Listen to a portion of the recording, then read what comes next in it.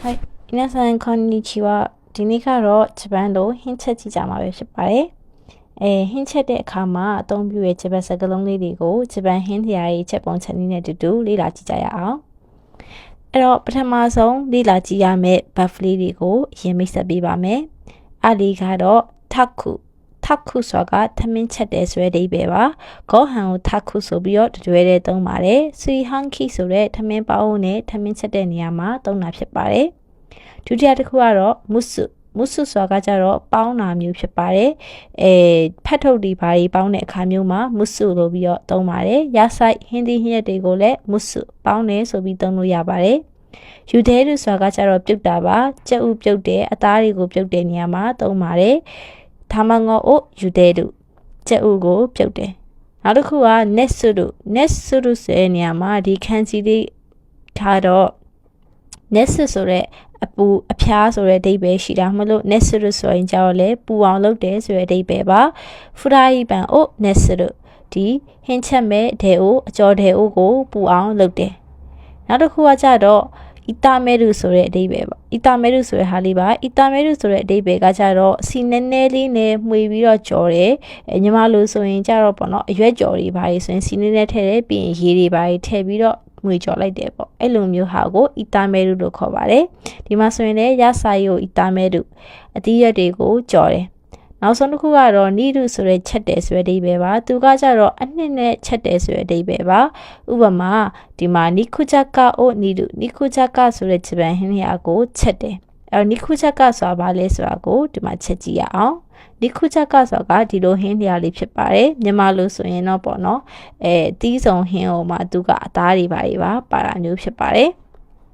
အဲ့တော့နီခုချက်ကအိုစုခရီမာရှော့နီခုချက်ကဆိုတဲ့ဟင်းလျာလေးကိုတူတူလုပ်ကြည့်ကြရအောင်အဲ့တော့ဝါသရှိနဲ့တူတူဒါလေးကိုဖတ်ကြည့်ပါမယ်ဂေါဟန်အိုတာကီမတ်ထမင်းကိုချက်ပါမယ်ဘူရိုကိုလီအိုမူရှိမတ်ဘရိုကလီဆိုတဲ့ဒီပန်းပွင့်ကိုပေါင်းပါမယ်ဂျာကိုင်မိုအိုယူဒဲမတ်အာလူးကိုပြုတ်ပါမယ်ပြီးတော့မှဆိုနိုအတိုနီအရီနောက်မှာဖူရိုင်ပန်ကိုနဲ့တဲ့ဖရိုင်ပန်အကျော်ထဲအိုးကိုနဲ့တဲ့အပူပေးပြီးတော့သာမနေကီကိုအီဒဲမတ်သာမနေကီဆိုတဲ့ကြက်သွန်နီကိုထည့်ပါမယ်တဲ့နင်းနီကိုအကျူနီကိုအီဒဲတဲ့အမဲသားကိုလည်းထည့်ပြီးတော့သာမနေကီတိုအီရှော်နီအီတာမဲမတ်သာမနေကီချက်သွန်နဲ့အတူတူအီတာမဲမတ်ဆိုတာကကြော်ပါမယ်တဲ့စပက်တဲ့နော်ဇိုင်းလျောအိုနာဘယ်နီအီတဲ့အဲ့ဒီပေါ့နော်အားလုံးပါဝင်ပစ္စည်းတွေအကုန်လုံးကိုနာဘယ်ထဲဦးတွေကိုပြောင်းထည့်ပြီးတော့ဒါရှိတို့ရှော်ယူအီတဲ့မှာဒါရှိဆိုတဲ့ဟင်းခမ်းမဟုတ်တို့ရှော်ယူဆိုတဲ့ပဲငံမြာရီတို့ကိုထည့်ပါမယ်ယာဆိုင်တို့နီခုအိုယာဝရာကခုနာရူမှာတဲ့အသီးရွက်တွေနဲ့အသားတွေကိုနူးညံ့လာတဲ့အထိအီရှော်နီနီမတ်တူတူချက်ပါမယ်တဲ့အဲ့တော့ဒီမှာဆိုရင်အီတာမဲရုဆိုရဲကြော်တဲ့နေရာမှာသူကဖရိုင်ပန်နဲ့ကြော်ခဲ့ပြီးတော့နီလူချက်တယ်ဆိုတဲ့နေရာမှာနားဘယ်နဲ့ချက်ခဲ့တာဖြစ်ပါတယ်အဲ့တော့နားဘယ်ဆိုတာကကြတော့နည်းနည်းလေးပိုဆောင်နေတယ်ပေါ့နော်အကြော်တယ်အိုးလိုမျိုးမဟုတ်ဘဲနဲ့ဟိုပေါ့နော်ဟင်းချိုတွေပါချက်လို့ရတဲ့ဥဖြစ်ပါမယ်အဲ့ဒါပြီးသွားပြီဆိုရင်တော့နောက်ထပ်ဟင်းတစ်မျိုးကိုတူတူလေ့လာကြည့်ရအောင်နောက်ထပ်ဟင်းတစ်မျိုးမလေ့လာခင်မှာဘတ်လေးတွေကိုအရင်ထပ်ပြီးလေ့လာပါမယ်အဲ့တော့ခိရုဆိုတာကတော့အားလုံးသိပြီးသားဖြတ်တယ်ပေါ့နော်ဒီမှာအသီးရွက်တွေဆိုရင်အသားတွေဆိုရင်လှီးချွတ်တယ်ဆိုပြီးတော့လည်းသုံးလို့ရပါတယ်ဒီမှာဒိုရီနီခိုခိရုစက်သားကိုလှီးမယ်အာချီကိုစုခဲရုအာချီဆိုတာကအရသာစုခဲရုဆိုတာကပ်ပါအောင်လုပ်တယ်ပေါ့အဲ့တော့အာချီကိုစုခဲရုဆိုတာကအရသာဖြည့်တယ်ဒီမှာဆိုရင်တော့အရသာဝင်အောင်လုပ်တယ်ဆိုတဲ့အဓိပ္ပာယ်ပါနီအာချီကိုစုခဲရုအသားကိုအရသာဖြည့်တယ်အသားကိုအရသာဝင်အောင်လုပ်တယ်ညီမလို့ဆိုရင်တော့ဆာဆုနင်းနေတယ်ဆိုတဲ့အဓိပ္ပာယ်ဖြစ်ပါမယ်ပြီးရင်မာဆဲရုဆိုတာကမှွေတာပါယော့ခုမာဆဲရုကောင်းမှွေပေးပါမယ်မပုစုခါကြတော့အမှုန့်ကိုတုတ်လိမ့်နေဆိုတဲ့အဓိပ္ပာယ်ပေါ့နော်ဒီမှာထမ်ပူရာတွေဘာကြီးကြော်ရင်အပေါ်ကအမှုန့်တွေထည့်ရတယ်အမှုန့်တွေလိမ့်ပေးရတယ်ပြီးရင်ဒီကြက်ဥတွေကိုနှစ်ပေးရတယ်အဲ့လိုမျိုးဟာမျိုးအချိန်မှာအပေါ်ကနေအမှုန့်လေးတွေကိုကတ်ပေးရတဲ့အခါကိုမပုစုလို့ခေါ်ပါတယ်တုတ်လိမ့်နေဆိုတဲ့အဓိပ္ပာယ်ပါဒီမှာဆိုလဲခုံမူကီခိုအိုမပုစုဆိုပြီးတော့ရှိပါတယ်ဒီမှာဂျုံမှုန့်ကိုတုတ်လိမ့်ပေးပါတယ်တဲ့နောက်တစ်ခုကတော့အာခဲရု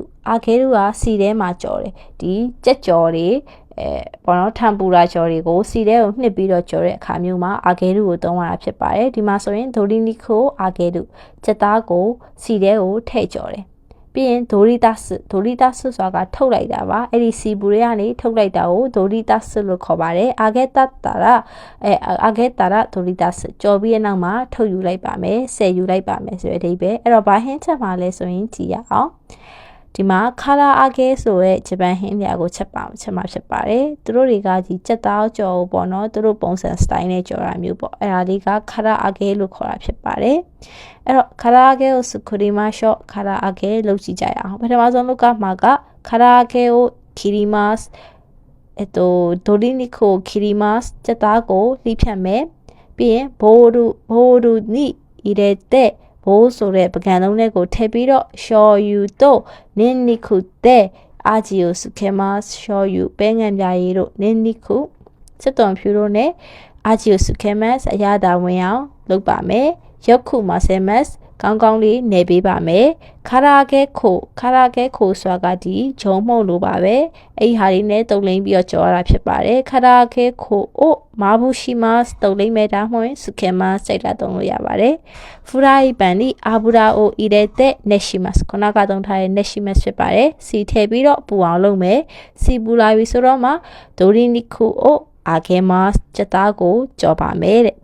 ခိစနဲ့အီရိုဆိုတာကကြတော့ဟင်းချက်တဲ့နေရာမှာပဲအဓိကသုံးပါတယ်အယောင်ပြောင်းလာတာအညိုရောင်တန်းလာတဲ့ဆိုတဲ့အဓိပ္ပာယ်ပါခိစနဲ့ဒူနီနာတာရာရောင်ညိုရောင်တန်းလာတဲ့အခါမှာဆိုရင်တော့ဒိုရီတာရှိမတ်ထုတ်ယူလိုက်ပါမယ်တဲ့အဲ့တော့ဒေခိအာဂါရီ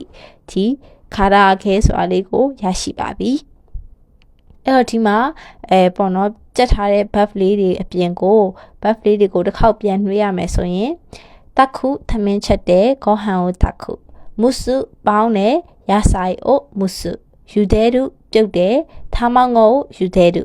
နက်ဆရုပူအောင်လုပ်တဲ့ဖရိုင်ပန်အိုနက်ဆရုထားမွေနာဘဲအိုနက်ဆရုနောက်တစ်ခုအီတာမဲရုစီနေနေနဲ့ကြော်တဲ့အာဂဲရုနဲ့မတူဘူးเนาะဒါအရွက်ကြော်ရင်အီတာမဲရုလိုမျိုးသုံးပါတယ်ရဆိုင်ရုအီတာမဲရုနီဒူချက်တဲ့ဒါတွေကဟင်းချက်တဲ့အခါမျိုးမှာသုံးတဲ့စီပြန်ဟင်းနေပါတယ်ဆိုရင်ဒီမှာနီခူဂျာကာအိုနီဒူအသားဟင်းနေရာကိုချက်တယ်နောက်တစ်ခုကကြတော့ခီရုလှီချက်တယ်ဖြတ်တယ်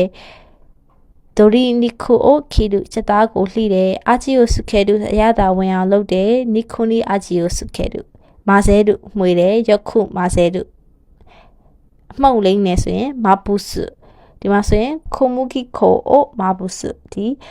ဂျုံမှုန့်ကိုတုံလိမ့်ပြီးတယ်နောက်တစ်ခုကအာဂဲရုဒါစီထဲမှာထည့်ကြော်တာကိုပြောတာဒိုရီနီကိုအာဂဲရုစက်သားကိုကြော်တယ်ဒိုရီတာစ်ထုတ်ယူတယ်เนาะအာဂဲတာရာဒိုရီတာစ်ဟုတ်ပြီအဲ့တော့ဒီမှာနောက်ထပ်ပေါ့နော်ဘဟုတုတလေးတခု share ပေးချင်တာကကျတော့ဂျပန်မှာဟင်းခတ်အမွှေးကြိုင်တွေကိုချောမိလျောလို့ခေါ်ပါတယ်ဒီခန်းကြီးလေးနဲ့ပါအဲ့တော့သူတို့ရဲ့ချောမိလျောတွေကိုအဓိကအနေနဲ့၅မျိုးရှိပါတယ်စာရှိစစ်ဆယ်ဆိုပြီးတော့သူတို့ခေါ်ကြပါတယ်အဲ့စာရှိစစ်ဆယ်ဆိုတာဘာလဲဆိုရင်စကကြတော့စတိုးဆိုတဲ့တရားဖြစ်ပါတယ်ရှိကရှိအိုဆိုတဲ့စားဖြစ်ပါမယ်စုကကြတော့သူတို့ရှိမှာစုလို့ပဲခေါ်တဲ့ဗနီကာပေါ့နော်ရှာလကာရေးဖြစ်ပါတယ်ပြီးရင်တော့ဆဲကရှော်ယူဖြစ်ပါတယ်အရင်တော့ကကြတော့ရှော်ယူကိုအရင်ခေတ်တွေတုန်းကဆဲယူလို့ဖတ်ခဲ့တာပေါ့တဖြည်းဖြည်းနဲ့ပြောင်းသွားပြီးတော့ရှော်ယူဖြစ်သွားတာပါပြီးရင်နောက်ဆုံးဆိုကကြတော့မီဆိုဖြစ်ပါတယ်မီဆိုအနှစ်တွေပြောတာဖြစ်ပါတယ်အဲ့အနှစ်တွေကိုသူတို့ဟင်းကြိုတွေဘာကြီးလုပ်တဲ့အချိန်မျိုးမှာသုံးကြပါတယ်အဲ့တော့ဒီနေ့ကတော့ဒီလောက်ပါပဲဂျပန်ဟင်းချက်တာနဲ့ပတ်သက်ပြီးတော့ဘယ်လိုစကားလုံးတွေတီးသွားသုံးလဲဆိုတာကိုကောင်းကောင်းသိသွားမယ်လို့မျှော်လင့်ပါတယ်အဲ့တော့နောက်ဗီဒီယိုမှာပြန်တွေ့ပါမယ် bye bye